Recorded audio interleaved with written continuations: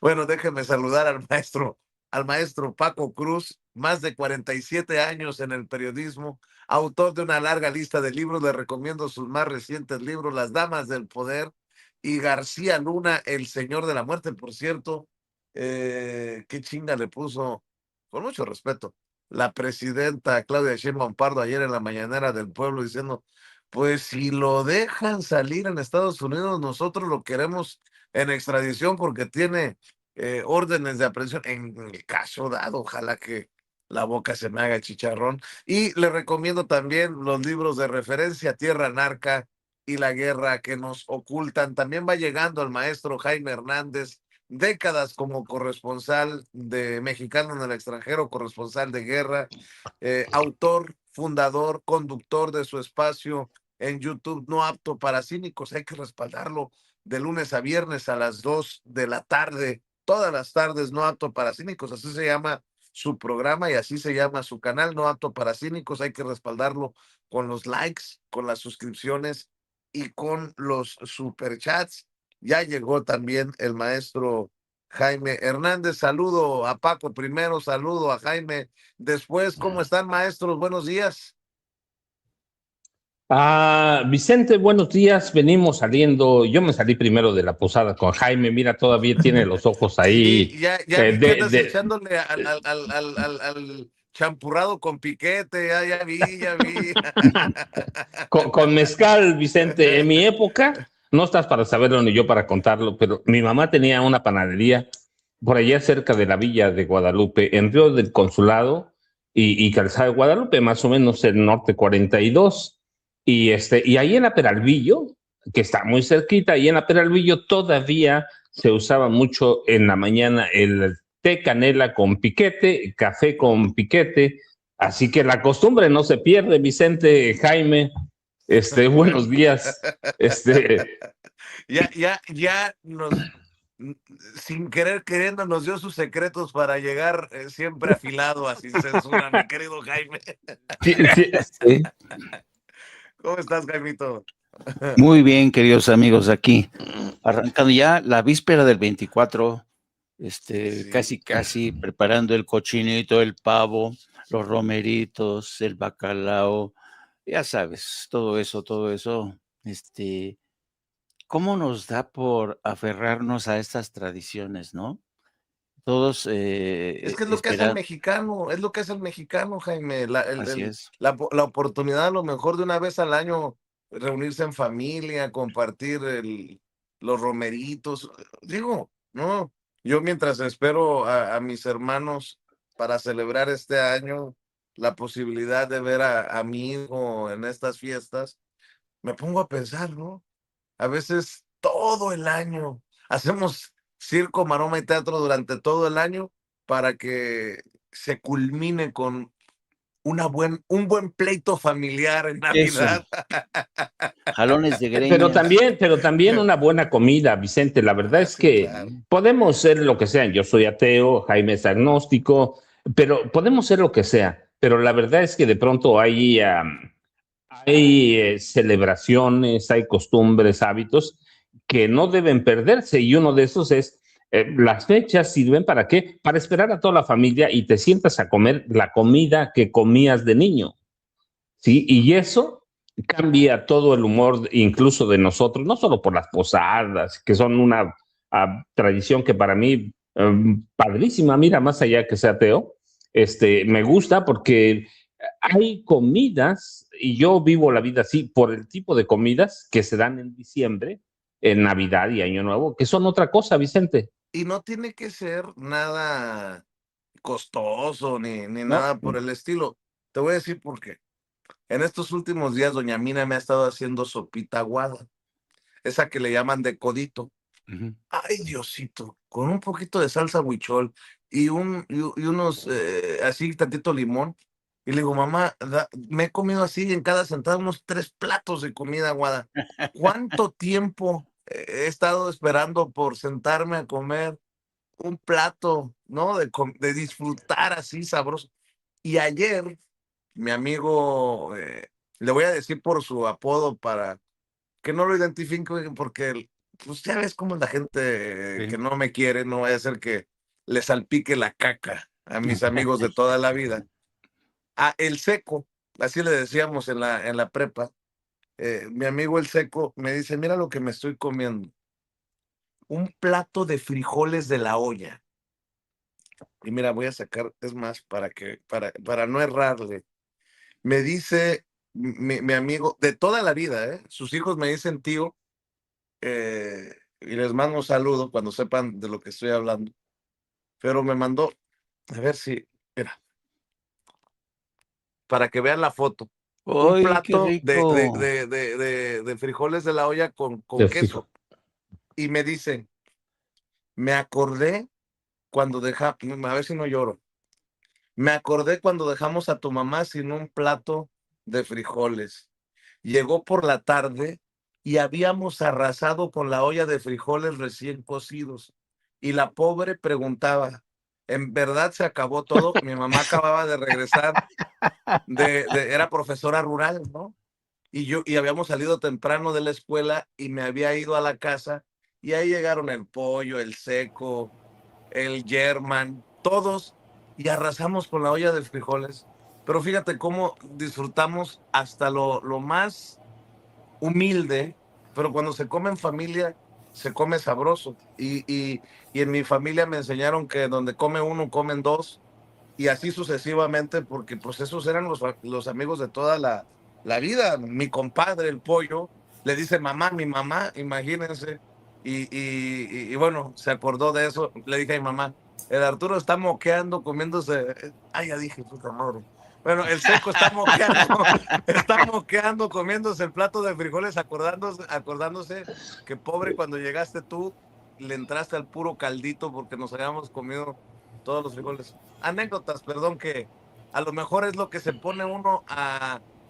Ese es el alimento más sabroso en las reuniones familiares, en las reuniones entre amigos, en estas fechas, que son las anécdotas, las historias, que son invariablemente las mismas, y las mismas que te hacen reír, las mismas que te hacen llorar, y las mismas que sigue contando la gente. Parecemos, que en paz descanse, como mi nana Concha, Vicente, que es que murió con son los Alzheimer. recuerdos, Pues son sí. los recuerdos y son las fechas en las que te puedes reunir.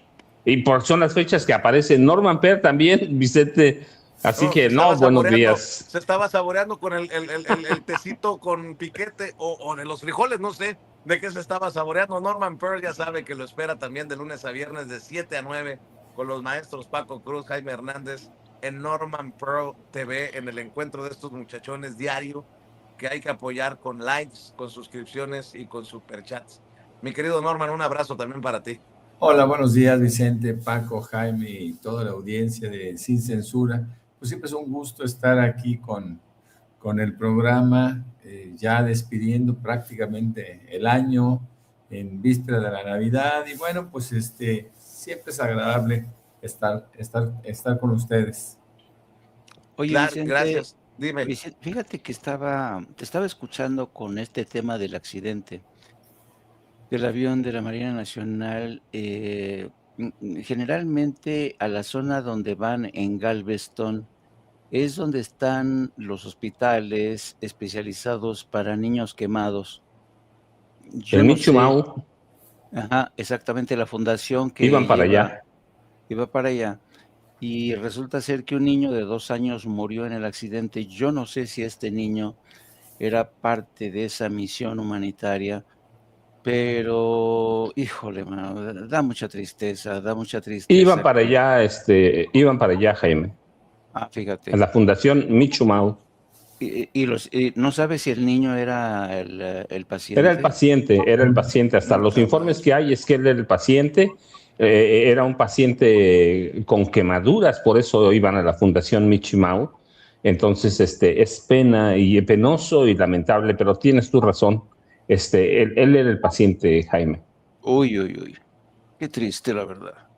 Sí, es lo que decía hace rato, ¿no? O sea, demos gracias con lo que tenemos, o sea, a lo que creamos o en quien creamos, porque puta, estos marinos, estos tripulantes de la Marina, estos hombres y mujeres comprometidos con, pues, con su gente, con con un gran humanismo en esta operación humanitaria, pierden la vida a días de Navidad, cabrón. Y dices tú, ay, cabrón, Pero o sea, fíjate, Vicente, era un niño que se llamaba Federico, iba acompañado por su médico, que se llamaba Juan Alfonso Adame González, y murieron un teniente de corbeta, Víctor Rafael Pérez Hernández, el otro también era teniente de corbeta, Juan Iván Zaragoza Flores, y un marinero, Guadalupe Flores Barranco, y dos mujeres que resultaron ilesas, bueno, vivas, discúlpame, no ilesas, es una barbaridad. La rescataron con vida Miriam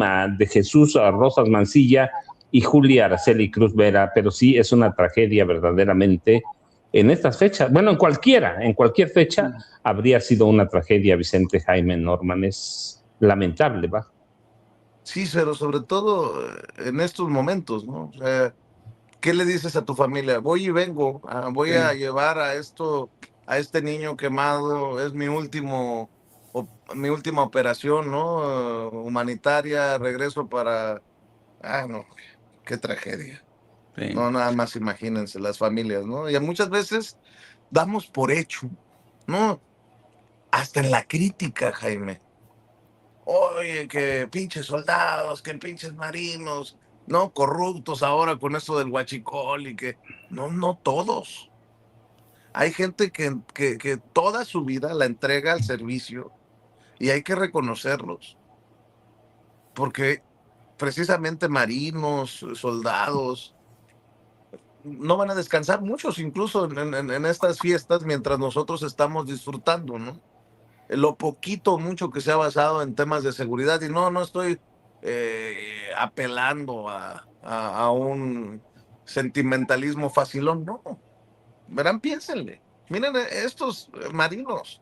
Y yo siempre he dicho, fíjate, cuando fuimos, nada más como anécdota, un día que fuimos a las Islas Marías, a una gira de Andrés Manuel López Obrador, todavía como presidente, me acuerdo que le decía a Hans Salazar y a Diego Cedillo, que en ese momento todavía era corresponsal en la mañana, puta madre, qué feo se siente este pinche avión de la Marina, porque íbamos así, no había ni siquiera asientos acoginados, eran asientos como los que usan para las labores de paracaidismo.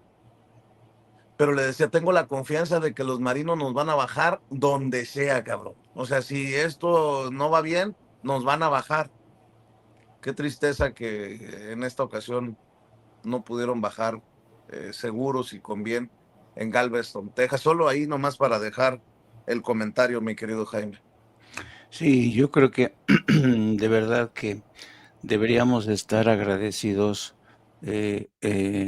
al ejército mexicano, a la Marina, porque este ha sido un año que en muchos sentidos ha demostrado hasta qué punto esta institución tiene una capacidad de sacrificio y entrega impresionante. Lo vimos durante los huracanes, cómo cargaban a ancianos, cómo ayudaban a limpiar el desastre de mucha gente, cómo se han realmente partido la madre combatiendo en Sinaloa en medio de esta guerra que nos dejó el secuestro del Mayo Zambada, cómo esta gente ha llegado a Michoacán a tratar de sofocar esa guerra que, les guste o no escuchar, Carlos Manso contribuyó a atizar con esta política de ejecutarlos en caliente.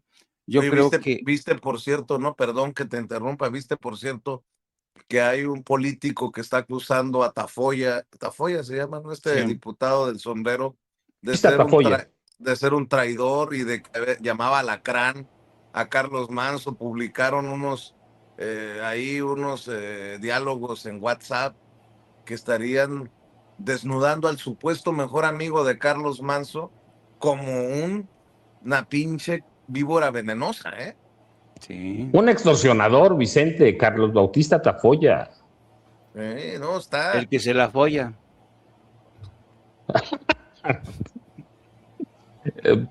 Pues sí, pero sí, Mira, la verdad es que está. mi querido Norman Pearl, pinche Jaime, Bueno, mi querido Norman Pearl. Bueno, pues simplemente lo que dice el maestro Jaime Hernández es una de los escenarios, ¿no? Que por ahí se han estado desarrollando en virtud de ese repentino amor que siente por la presidenta municipal de Uruapan y quien, por cierto, y me parece que esa es la parte fundamental de la reflexión, se ha convertido en una heredera ya no se habla de eso, del movimiento del sombrero, ¿no? Antes quiso, hasta lo registró, ¿no? Registró la marca, el movimiento del sombrero, registró la marca de Carlos Manso, pero ya no se ha vuelto a hablar de ese movimiento, ahora se habla solamente de su figura. Por cierto, una figura muy pobre, muy pequeña, muy desvalida, y me refiero obviamente a capacidades políticas, en donde ella ya abiertamente ha aceptado su deseo, el entusiasmo que tiene por ser candidata a la gobernatura de Michoacán. No se ha dicho por parte de quién, aunque el PAN le abrió las puertas, entre comillas, el PRI se ha quedado mudo, pues aparentemente no tendría mayores posibilidades de triunfar en Michoacán, donde yo lo he dicho en varias ocasiones. Moreno es muy fuerte, el potencial candidato que tendrían, que es Morón, es muy fuerte, y bueno, pues quién sabe a qué esté apelando ella. La vemos que recorre todos los sets y cabinas de radio en Michoacán, e inclusive en la Ciudad de México, tratando de capitalizar una muerte violenta de su marido, quien sí efectivamente representaba otras posibilidades, otras capacidades, otros talentos que ella no tiene para su infortunio. Hablar de Grecia Quirós es hablar de oportunismo, es hablar de una sucesión indeseada, porque pues, no tiene el perfil. Y por otro lado, vemos a Tafoya, que no sabemos cuál fue el desenlace de su responsabilidad en su rancho, o por lo menos en sus propiedades, donde se encontraron varios cadáveres por madres buscadoras.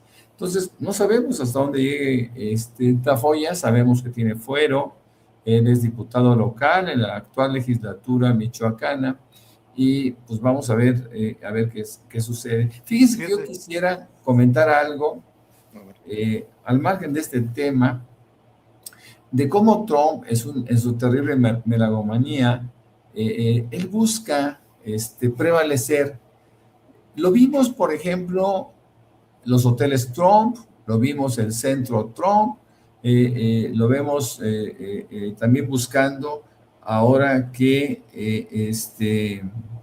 le pongan Trump a los cargueros, a los buques militares. Pero lo que yo no había esperado, o probablemente ninguno de nosotros, es que ya empezara en este momento, en esta época, en donde teóricamente debería de haber un respeto institucional entre naciones, él estaría nombró un enviado especial para poner Groenlandia bajo el control de Estados Unidos.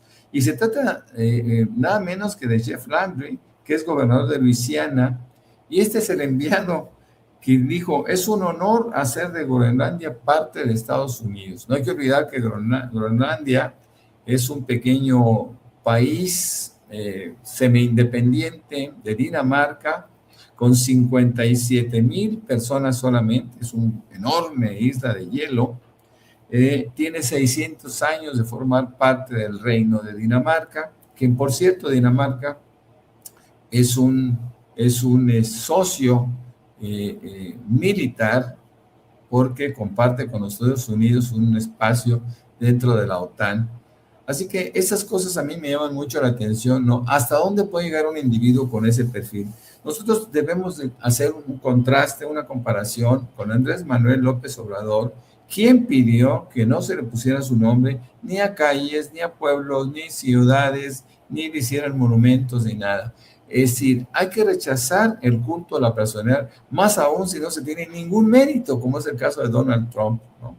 Son cosas que no podemos pasar por alto, mi querido Vicente, Jaime y Paco. Así es, Paco, Jaime, Norman, voy dejando algunos temas, ustedes van recogiendo de la mesa lo que gusten. Dos magnates que, iba a decir, se doblan, pero tienen que cumplir en este segundo piso de la transformación. Salinas Pliego, el que está en una esquina, como en el cuadrilátero, en una pelea de box, en una esquina, cuasi noqueado, y Germán Larrea. ¿Cuántos años también con Grupo México sin tener o sin saldar cuentas por la contaminación del el río Sonora, en mi Sonora?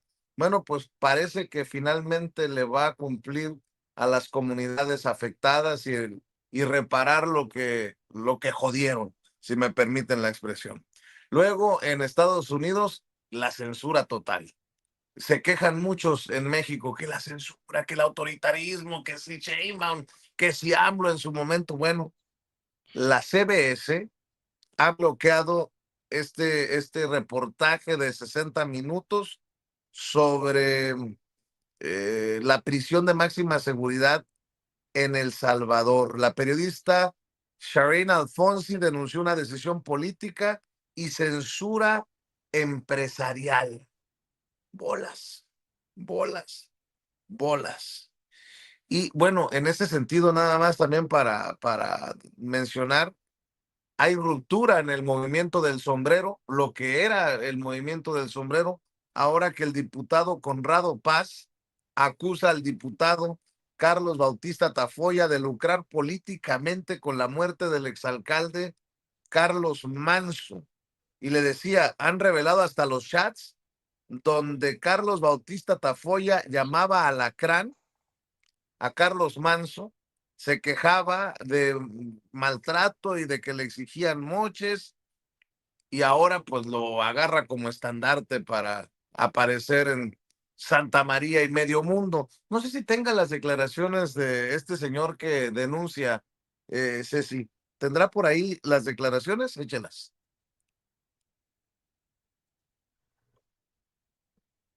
A ver si las tienes, Ceci.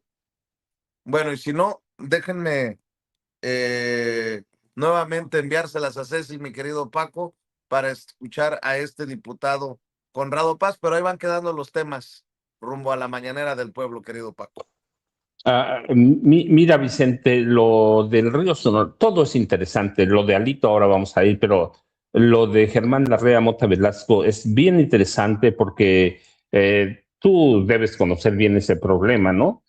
¿Cuánta agua, cuánto ácido de sulfato de cobre se derramó en el arroyo de las Tinajas allá en Cananea? ¿Sí?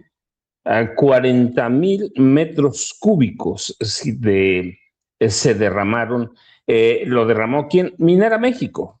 Minera México derramó esos 40,000 metros cúbicos de sulfato de cobre acidulado desde la mina Buenavista del Cobre. Se contaminó el río Sonora, todo lo contaminó a su paso. Y hasta la fecha no se le podía hacer nada, Vicente. La presidenta lo ha sentado y ha llegado a un arreglo. Tú no lo dijiste, pero yo sí lo voy a decir. En unos días la presidenta sometió a Germán Larrea Mota Velasco, este hombre que es el segundo con más dinero en este país después de Carlos Slim Elú. Él y su familia, claro, y la mamá, que es la mujer del dinero en realidad. Pero a él lo sientan y lo someten y tiene que arreglar toda la contaminación y todos lo que pasa con el río Sonora, porque afecta a miles de personas y al medio ambiente por negligencia en la gestión de riesgos de la minera. Así que, y antes pues había sometido a Ricardo Benjamín Salinas Pliego. La verdad lo sometió, sí. Sí, la mera verdad, eso de que se haya ido a quejar a Estados Unidos, de que hay una conspiración, que está bien, pero hay una cosa que dejó muy claro Salinas, no tiene para pagar los 400 millones de de dólares que le exigen ahora mismo acreedores. Son 580 millones, pero le están exigiendo 400 y dice Salinas, no puedo pagar, pero finalmente va a pagar y va a llegar la hora. Estamos a un par de semanas de que se llegue la hora cero. Así que sí, pues sí sometió dos, sí, y grave, sí, a la segundo hombre con más dinero en este país y hasta hace unos meses, bueno, hasta diciembre del año pasado, al considerado el tercer hombre con más dinero en este país, dueño de un conglomerado de televisoras, Electra, Banco Azteca, así que sí lo sometió, sí, y hay que entender lo que decía López Obrador Fresa y yo. Claudia Sheinbaum Pardo es otra cosa que además trabaja, ¿verdad? Hay que decirlo, como López Obrador, promedio de 20 horas por día, Vicente. Así que sí lo somete, pero mira, quería referirme a lo que dice Alito, porque fíjate, lo que dice Alito es que es, más allá de que ya no debemos tomarlo en cuenta y de que el tipo habla puras tonterías, él dice, ¿quién chingaos, palabras de Alito, quién chingaos ha dicho que la gente quiere a una buena persona?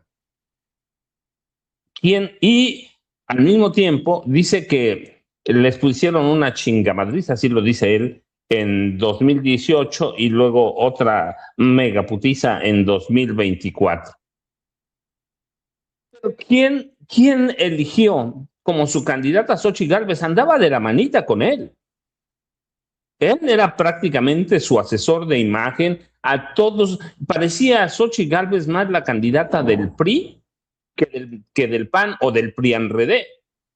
Para todos lados andaba con Alito, la presumía Alito, y ahora habla de improvisación, habla de todo, habla de corrupción. Es decir, ¿a dónde queda Xochitl Gálvez? En lo que era una improvisación, una improvisación. ¿A dónde? Mira, no hablo de José Antonio Meade o Meade, porque él fue producto de los sueños guajiros de Enrique Peña Nieto, pero lo que dice Alito, mira, dice, pinches comentócratas, pues si son los que lo atendían a él lo decía, prácticamente estaban a su servicio, cuánto dinero les entregaba desde la gubernatura de Campeche, así que yo digo, ¿no le ha quedado claro a Alito? Desde que en 2019 Alito llegó al PRI, este partido ha perdido 10 gubernaturas, ha perdido por lo menos 5 millones de militantes. Con Alito Moreno. Él dice que ha ganado todo, sí, pero lo ganó cuando el PRI era corrupto, cuando el PRI dominaba todo, cuando el PRI controlaba todo, lo ganó con actos de corrupción, pues sí, pero ahora que se trata en condiciones parejas, no gana nada, Vicente, y es una desgracia para este país. Él dice que saben gobernar, pues entonces, ¿por qué perdieron en 2000? ¿Por qué perdieron en 2018? Y no le ha quedado claro el desastre que fue este país con los gobernantes del Partido Revolucionario Institucional, todos los presidentes de 1946 y hasta 2000 y luego en 2018 el PRI es un desastre. Si algo peor le pudo haber pasado a este país es la creación del PRI, de un partido que nació desde de arriba hacia abajo. Entonces, Alito no tiene vergüenza, no le ha quedado claro por qué votamos en 2000, por qué votamos en 2018, no le ha quedado claro por qué es el partido por el que por lo menos el 80% de la población jamás votaría por él. No ha entendido nada, Vicente. Está montado en un mundo paralelo, en una burbuja. Yo no sé a dónde sale, Vicente, pero ese es Alito de cuerpo entero, 12 veces candidato, sí, cuando el PRI era una maquinaria de corrupción.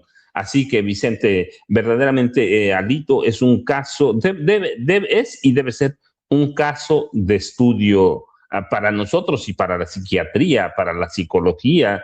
Es un caso verdaderamente gravísimo, pero que muestra lo que ha sido la política mexicana a través del PRI y a través del PAN, Vicente, Norman y Jaime. Así es. Ahora sí creo que tenemos el audio de este personaje, Conrado Paz, que me dice que ya tenía ratos que se salió o fuera del movimiento del sombrero, pero bueno, aquí están los señalamientos. ¿Por qué? Pues porque han buscado santificar a Carlos Manso. Y ahí están estos intercambios que hablan de extorsión, de moches. A ver, ¿tiene las declaraciones, Ceci? Pensaron a presionarme, por no decir chantajearme, para que se les diera más dinero, incluyendo ya afectaciones a los salarios de los propios trabajadores de la nueva bancada. Además de que aumentaron las cuotas para financiar supuestamente al movimiento y a la Guardia Ciudadana del Sombrero. Llegaron a tal punto que en el mes de enero del año 2025, el diputado Carlos Alejandro presenta un oficio a la Junta de Coordinación Política en el que se separa del grupo parlamentario del Movimiento Independiente, dando fin a esta bancada al interior del Congreso. En ese momento, por convicción propia, doy por concluida mi relación con el movimiento y decido continuar mi trabajo por la vía independiente. Consecutivamente y sin explicación alguna, me bloquearon del movimiento y de las actividades que forman parte del distrito que represento y que eran promovidas por el ayuntamiento. Hago esta cronología de sucesos para que la gente conozca la verdadera razón por la que yo decidí alejarme del movimiento del sombrero, pero sobre todo para desmentir las falsas declaraciones y acusaciones que ha realizado el diputado Carlos Alejandro Bautista Tafolla en contra de mi persona, de mi calidad moral y de las razones verdaderas por las cuales yo me distancié de susodicho movimiento. Carlos Bautista Tafolla está faltando a la verdad al decir que yo soy un corrupto, porque yo nunca quise dañar a los trabajadores y quitarles sus salarios, ni me vendo como un diputado honesto mientras detrás de cámaras actúo y digo otras cosas. Su molestia principal deriva de la exigencia de que yo le diera la mitad del dinero de la bancada. Le expliqué en varias ocasiones que no, las cuales no entendió y fue con Carlos Manso a exagerar montos millonarios que él siempre se supone se manejan dentro del Congreso. Él miente y se cuelga de una tragedia. Y digo que se cuelga de una tragedia porque él se refería al expresidente Carlos Manso como un alacrán que le gritoneaba y lo maltrataba. Desde el día 1 de noviembre, en toda la sociedad, no solo en Uruapan, sino de todo México, fue vulnerada y lastimada. He sido prudente y he respetado el sentir ciudadano, pero no puedo seguir permitiendo que manchen mi nombre ni mi reputación y mi actuar con falsedades con tal de ganar más likes y hasta andar lucrando pidiendo dádivas y donaciones. Bolas. Alacrán le llamaba a Tafolla a Carlos Manso, pues no que era su hermano.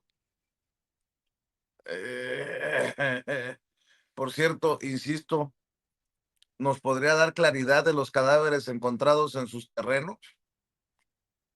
Y que no se nos olviden, porque la gente empieza, le sueltas un hilito y la gente misma en redes sociales empieza a recordar.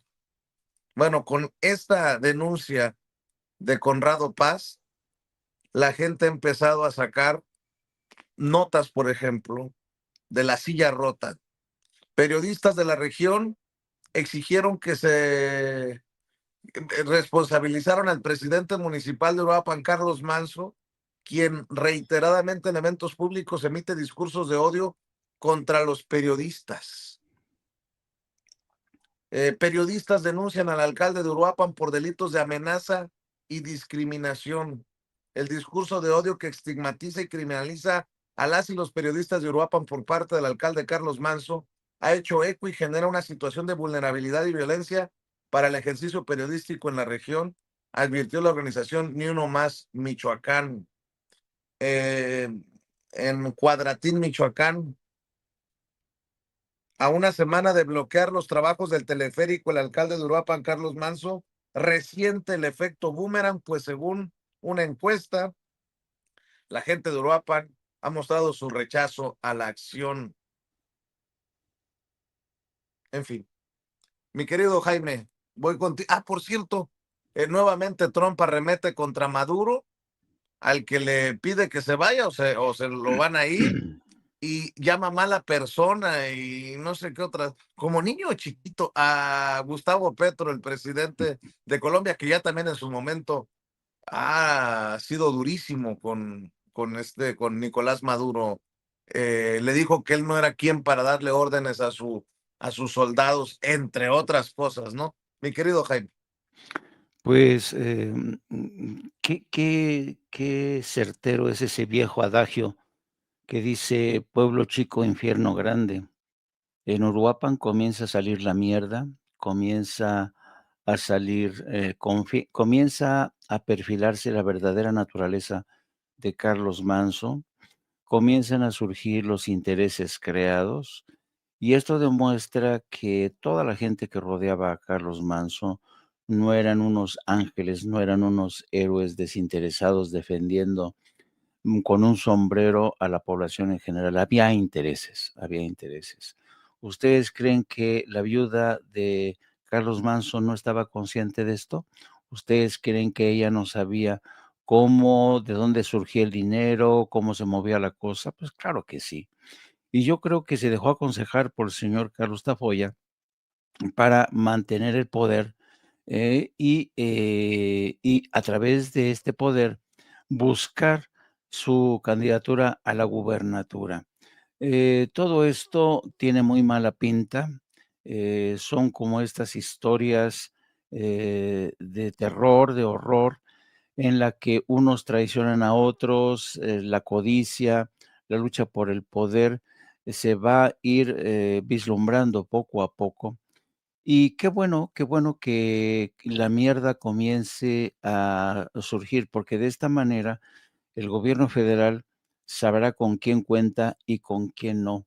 El gobierno federal, y yo creo que el señor Omar García Harfuch ya más o menos tiene una idea de la trama siniestra que se ha vivido detrás de todo esto, el reinado autoritario de Carlos Manso, cómo sometía a su gente, cómo desafiaba y ejecutaba, así impuso su ley Carlos Manso.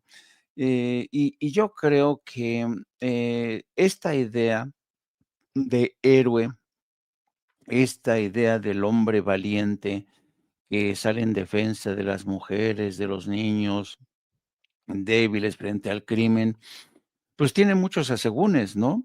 Y yo creo que la violencia contra la violencia nunca llega a buen término. Yo creo que, son muchas las evidencias que indican que Carlos Manso se equivocó en esa estrategia, y por eso conectaba y sintonizaba muy bien con medios de comunicación de derecha, a quienes la violencia, les atrae, ¿por qué? Pues porque carecen de imaginación, carecen de paciencia, que son las grandes virtudes de la 4T, y por eso chocaba continuamente Carlos Manso con el gobierno federal, con el gobierno de la 4T, por eso sus desencuentros con la 4T. Así es que yo espero francamente que siga saliendo la PUS para realmente ver de qué manera se puede, eh, pues no sé, aliviar porque se ve que estaba arraigado todos estos intereses, según la denuncia de este personaje contra Tafoya, que ha demostrado ser realmente un tipo de muchas caras, muy astuto, de la astucia del criminal, la astucia, ¿sabes?, del zorro que se ha quedado solo en el gallinero. Así es que vamos a ver, ojalá que de verdad no se cumplan los planes de este hombre, porque y yo creo que supondrían mayor daño para una sociedad lastimada como la de Uruapan. De otro lado, fíjese que es muy interesante lo que ha ocurrido en la cadena CBS con la censura al último programa que dedicaban a la tortura que han sufrido varios migrantes que fueron apresados, detenidos en Estados Unidos y enviados al CECOT, la cárcel de lujo que administra Nayib Bukele. Es tremendo, tremendo el reportaje elaborado por los investigadores y reporteros. Llevó varios meses de entrevistas con migrantes que habían sufrido tortura y habían presentado el documental. Tú sabes que un programa de 60 minutos se caracteriza por el rigor y el escrutinio ya en la fase final, después de varios meses de investigación y entrevistas, el programa es sometido a la revisión del equipo jurídico de la cadena. Se les informa que han solicitado entrevistas a la Casa Blanca, entrevistas a Stephen Miller, la Casa Blanca no ha querido responder. Y la que es hoy la directora editorial, que por cierto es una mujer que recién entró a esa cadena, es una mujer que fundó un medio que se llama The Free Press, pero es una persona que ficharon desde CBS porque ella tiene muchísimos intereses con el lobby judío, con la Casa Blanca, con Trump. Entonces, ella, al percatarse que había un reportaje que estaba a punto de salir, se le hizo promoción, decidió boicotearlo y decir que prefería esperar a que la Casa Blanca hiciera un comentario. Incluso le dio a los reporteros, ella le da a los reporteros los teléfonos personales de Stephen Miller para que le hablen. Stephen Miller no respondió. Y entonces la Alfonsi, la reportera, que es la principal, actuó de manera muy valiente, francamente, denunciando este hecho y diciendo, nosotros le dimos oportunidad a la Casa Blanca y ahora resulta que esta señora nos dice que no podemos sacar al aire este programa. En fin, fue dilatando, torpedeando todos los intentos para evitar a toda costa que CBS sacar este reportaje que pone realmente, es vergonzoso el contenido, porque habla del sufrimiento, del carácter tan dictatorial, de la violación de derechos humanos, de cómo estos venezolanos, muchos de ellos ciudadanos inocentes, fueron a parar al CICOT donde se les torturó, se les golpeó. Se les dijo que no iban a salir nunca, jamás de ahí. Es una historia tremenda, tremenda. Y luego, al final, el CBS, porque acuérdense que el trasfondo de todo esto es una operación de concentración de medios que busca la Casa Blanca para favorecer a dos hombres de Paramount, el padre y el hijo, que son de origen judío, Donald Trump quieren que los judíos se hagan con el control de la mayoría de los medios de comunicación, y por eso mismo no quieren que saquen ese tipo de reportajes. Están teniendo una batalla encarnizada por el control de los medios. Paramount ahora quieren frustrar el acuerdo entre Netflix y Warner, y en fin, sigue esta batalla y sigue el tema de la censura. Ustedes saben que la libertad de expresión lo consagra la primera enmienda de la Constitución, es un derecho inalienable. Y Donald Trump está actuando realmente como un dictadorzuelo. Es lamentable, hay mucha gente de CBS que está pensando en abandonar la cadena, periodistas que dicen no podemos seguir trabajando en este ambiente. Hay mucha gente que se quiere salir y es el drama que se está viviendo detrás de otro drama, detrás de otra historia que atenta contra los derechos de nuestros migrantes. Así es que son dos historias realmente truculentas, el caso Uruapan, el caso de la CBS, y finalmente, sí, ayer mismo Donald Trump volvió a soltar soflamas contra Maduro, contra Colombia, cuando da a conocer la construcción de un par de acorazados que van a llevar su nombre. Y lo que ocurre es que Donald Trump está realmente preocupado porque sus índices de popularidad están sumidos en el sótano. Y el propósito de la rueda de prensa era presentar a estos acorazados como la última generación de embarcaciones de guerra. Y lo que les preocupa en realidad es que China ya tiene los más avanzados portaaviones con armamento sin precedente. China ya rebasó a Estados Unidos. En estos momentos Estados Unidos no puede, si llegara a haber un conflicto frente a China, no puede derrotar a China. Y de ahí este negocio que se ha inventado Donald Trump de nuevas embarcaciones para hacer frente a los nuevos retos frente a China, por ejemplo, o Rusia, que también ya está mucho más adelante en el tema de aviones de combate. En fin, yo creo que este año que termina marca el ocaso de lo que fue el imperio de Estados Unidos, ese faro que iluminaba a todo mundo, a las naciones occidentales, se está apagando entre preocupantes síntomas de falta de libertades, la decrepitud de un anciano en la Casa Blanca que cada vez tiene más dificultades para concentrarse, para mantenerse despierto. Hay versiones de que se le están suministrando distintos medicamentos para justamente tratar de evitar que tenga estos lapsos en que ya no tiene ya no las tiene todas consigo, sus facultades mentales, y al mismo tiempo vienen estos arrebatos pueriles en que amenaza a Venezuela, amenaza a Colombia. En fin, estamos viviendo un episodio muy, muy lamentable para Estados Unidos y el mundo. Así mismo, mi querido Jaime, estaba leyendo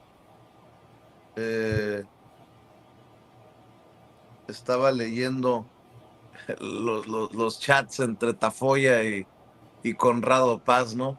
Impresionante de lo que se da cuenta uno, de cómo también los que gobiernan le exigen a Santa María y Medio Mundo una mochadita, ¿eh? Tienes que ponerte con tanto. En fin, mi querido Norman Pearl, esperando a la presidenta ya para la mañanera del pueblo, te escuchamos.